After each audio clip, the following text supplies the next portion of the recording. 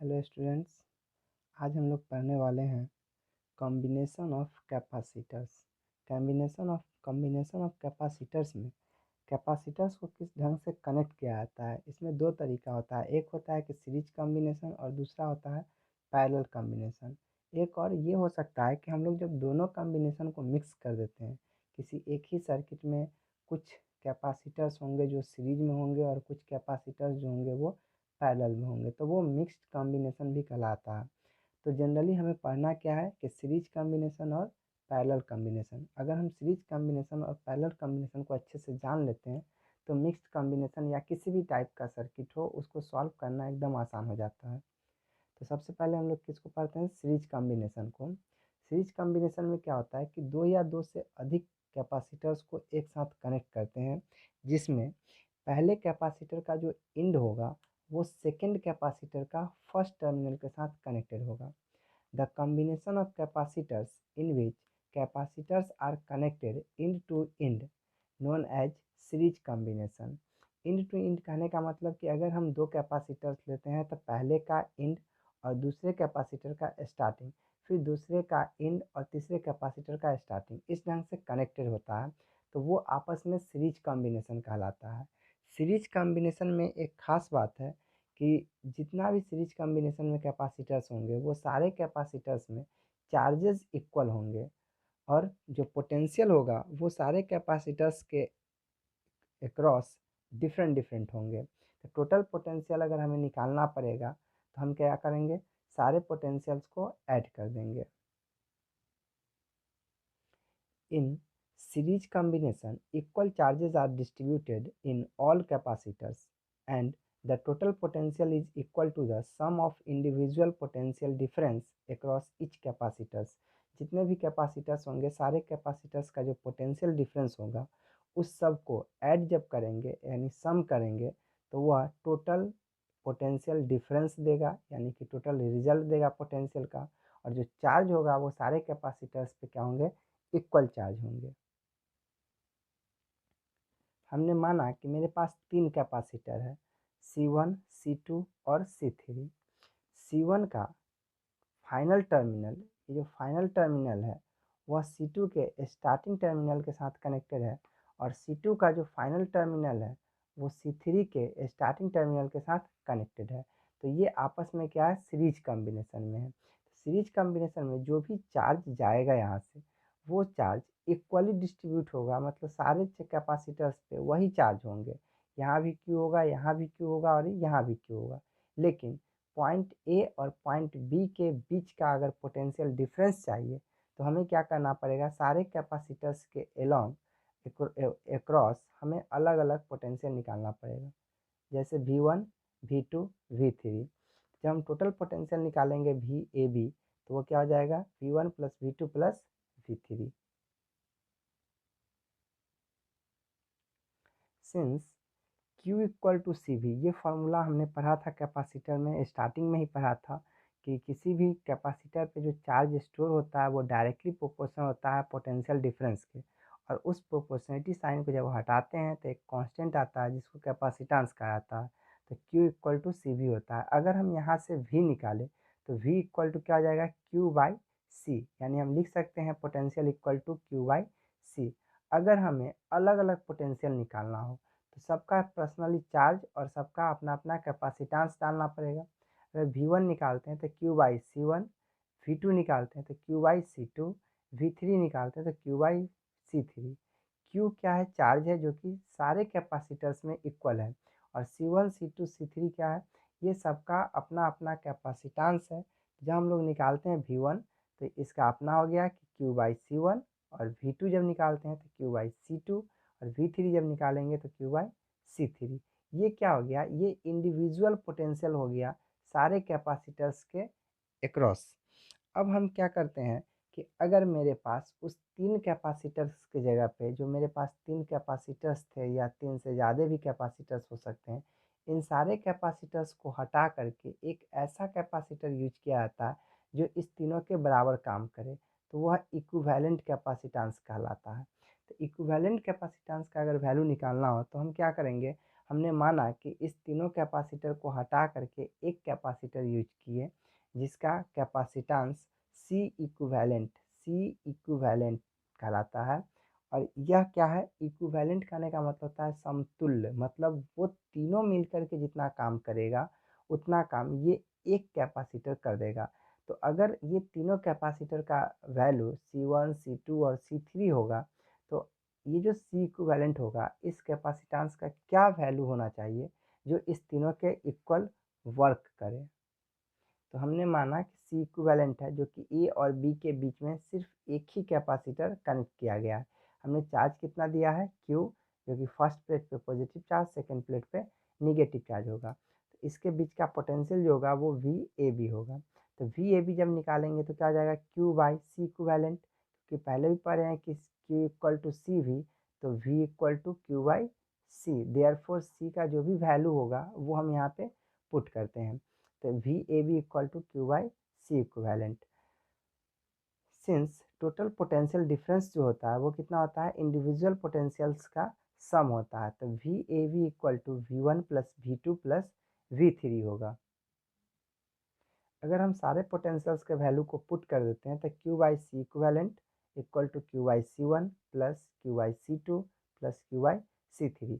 इसमें सारे में Q कॉमन है, अगर हम Q को बाहर निकाल लेते हैं तो क्या हो जाएगा Q by C equivalent equal to Q into यहाँ से बचा 1/C1 plus 1/C2 plus 1/C3। Q अगर इधर मल्टीप्लीकेशन में, यहाँ भी मल्टीप्लीकेशन में, इसे अगर नीचे लेकर के जाते तो ये कैंसिल हो जाता। तो वन क्यू से अगर कैंसिल किए तो क्यू से क्यू कट गया, यहाँ ऊपर में 1 बचा। तो यहाँ हम लिख सकते हैं 1/C equivalent equal to 1/C1 plus 1/C2 plus 1/C3। यानी कि मेरे पास 3 कैपेसिटर का या 3 या 4 जितना भी दिया रहेगा, अगर सारे कैपेसिटर्स आपस में सीरीज कॉम्बिनेशन में है तो उसका जो इक्विवेलेंट कैपेसिटेंस होता है वो क्या होता है, सबका रेसिप्रोकल करके हम लोग ऐड कर सकते हैं। और जो रिजल्ट आएगा उसको अगर रिवर्स कर देते हैं तो वो मेरे लिए क्या हो जाएगा, C इक्विवेलेंट हो जाएगा। तो ये फार्मूला सिर्फ तीन के लिए ही नहीं, जितना भी कैपेसिटर्स अगर हम सीरीज में कनेक्ट करते हैं सारे कैपेसिटर्स के लिए हो सकता है। जैसे 1/C1 plus 1/C2 plus 1/C3 plus 1/C4 plus 1/C5 dot dot dot. अब पढ़ते हैं पैरेलल कॉम्बिनेशन। पैरेलल कॉम्बिनेशंस में क्या होता है, जब दो या दो से ज़्यादा कैपेसिटर्स किसी दो कॉमन पॉइंट से कनेक्टेड हो, मतलब सारे कैपेसिटर्स का स्टार्टिंग पॉइंट एक जगह और सारे कैपेसिटर्स का फाइनल पॉइंट एक जगह हो, तो ऐसे कॉम्बिनेशन को कहा जाता है पैरेलल कॉम्बिनेशन ऑफ कैपेसिटर, या सिंपली पैरेलल कॉम्बिनेशन भी हम लोग कह सकते हैं। क्योंकि यहाँ पे कैपेसिटर का कॉम्बिनेशन हुआ है इसलिए इसको कहा जाएगा पैरेलल कॉम्बिनेशन ऑफ कैपेसिटर्स। अगर रेजिस्टेंस का कॉम्बिनेशन होता है इस ढंग का कि सारे रेजिस्टेंस का स्टार्टिंग पॉइंट एक जगह, सारे रेजिस्टेंस का फाइनल पॉइंट एक जगह, तो वह कहलाता मेरे लिए पैरेलल कॉम्बिनेशन ऑफ रेजिस्टेंस। और यहाँ पे हम लोग क्या पढ़ रहे हैं, कैपेसिटर्स पढ़ रहे हैं। तो ये क्या चीज़ का फिगर दिया हुआ है, पैरेलल कॉम्बिनेशन ऑफ कैपेसिटर्स का। हमारे पास तीन कैपेसिटर्स है C1 C2 C3। इस तीनों का स्टार्टिंग टर्मिनल जो है वो किसी एक पॉइंट पे कनेक्ट है और इस तीनों का फाइनल जो है वो तीनों एक ही पॉइंट पे कनेक्टेड है। तो व्हेन टू और मोर देन टू कैपेसिटर्स, दो या दो से अधिक capacitors are connected between two common points, जब दो कॉमन पॉइंट्स के बीच अगर कनेक्ट किया गया हो, then the combination is known as parallel combination. तब इस टाइप के कॉम्बिनेशन को हम लोग क्या कहते हैं, पैरेलल कॉम्बिनेशन कहते हैं। पैरेलल कॉम्बिनेशन में क्या होता है, जब हम चार्ज देते हैं तो ये चार्ज इस कॉमन पॉइंट से डिस्ट्रीब्यूट हो जाता है। तो अगर हम मानते हैं कि C1 कैपेसिटेंस में, C1 कैपेसिटर में अगर Q1 गया, C2 में Q2 गया और C3 में Q3, ये तीनों फिर से कलेक्ट होकर के यहाँ पे Q अमाउंट ऑफ चार्ज बाहर आ जाएगा। हमने माना A और B दो कॉमन पॉइंट है और उस दोनों के बीच का जो पोटेंशियल है वो V है। तो सारे कैपेसिटर्स के लिए जो पोटेंशियल डिफरेंस होगा वो V होगा और सबका इंडिविजुअल चार्ज जो होगा वो डिफरेंट डिफरेंट होगा। जबकि इसका ठीक उल्टा होता है सीरीज कॉम्बिनेशन में, कि सीरीज कॉम्बिनेशन में सारे कैपेसिटर्स के साथ चार्ज सेम होते हैं और कैपेसिटर्स के अक्रॉस जो पोटेंशियल होता है वो डिफरेंट होता है। अगर हम सारे चार्जेस को निकालना चाहें तो लिख सकते हैं कि since Q equal to C V therefore Q1 equal to C one V, Q2 equal to C two V, Q3 equal to C three we.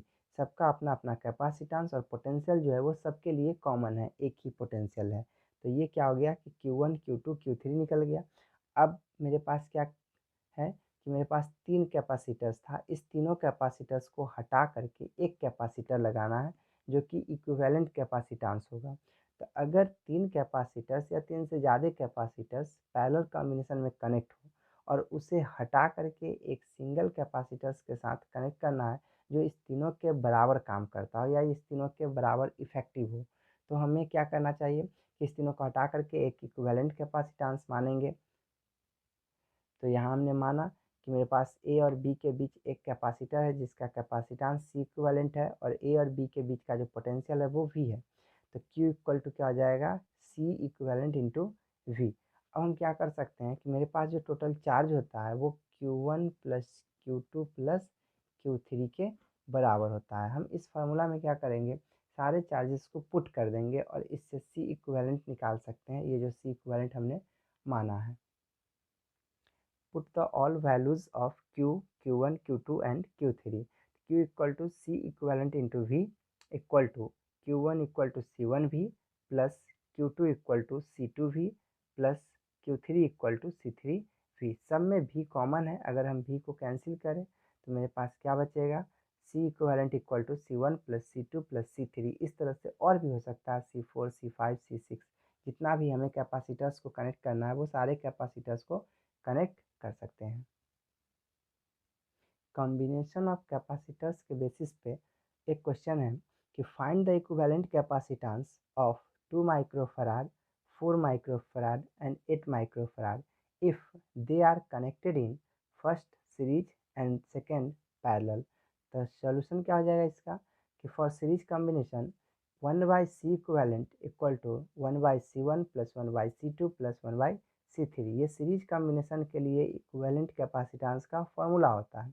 अगर मेरे पास तीन कैपेसिटर है तो हमने तीन ही लिखा, अगर चार होता तो 1/C4 भी लिखता। तो 1/C1 की जगह पे 2 माइक्रोफराड, तो 1 माइक्रोफराड का मतलब होता है 10 टू, माइक्रो का मतलब ही होता है 10⁻⁻6। तो 1 माइक्रोफराड मतलब 10⁻⁻6, 2 माइक्रोफराड मतलब 2 इंटू 10⁻⁻6। इसी तरह 4 माइक्रोफराड की जगह पे 1/4 प्लस 4 इंटू 10⁻⁻6 प्लस 1/8 इंटू 10⁻⁻6। सब में 1/10⁻⁻6 जो है वो कॉमन है, तो हमने इसको कॉमन किया, यहाँ से बचा 1/2 प्लस 1/4 प्लस 1/8।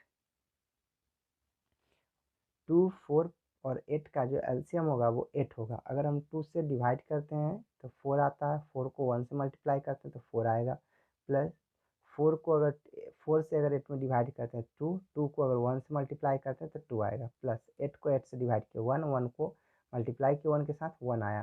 तो 4 प्लस 2 प्लस 1 6 प्लस 1 7, क्या आया 1/C equivalent equal to 1/10⁻⁻6 into 7/8।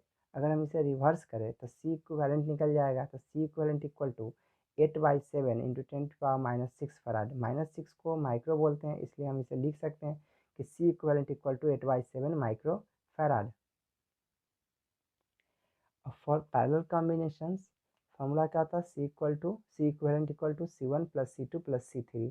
C1 equal to 2 into 10⁻⁻6 plus 4 into 10⁻⁻6 plus 8 into 10⁻⁻6। सब में 10⁻⁻6 जो है वो कॉमन है।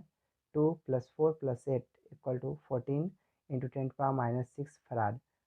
10⁻⁻6 को माइक्रो बोलते हैं इसलिए सी इक्विवेलेंट जो आया वो मेरा क्या आया, 14 माइक्रो फराड आया। तो इस तरह से हम लोग किसी भी टाइप के कॉम्बिनेशन में सी इक्विवेलेंट निकाल सकते हैं, मतलब इक्विवेलेंट कैपेसिटेंस निकाल सकते हैं। तो आज के लिए इतना ही, बाकी फिर नेक्स्ट क्लास। Thank you.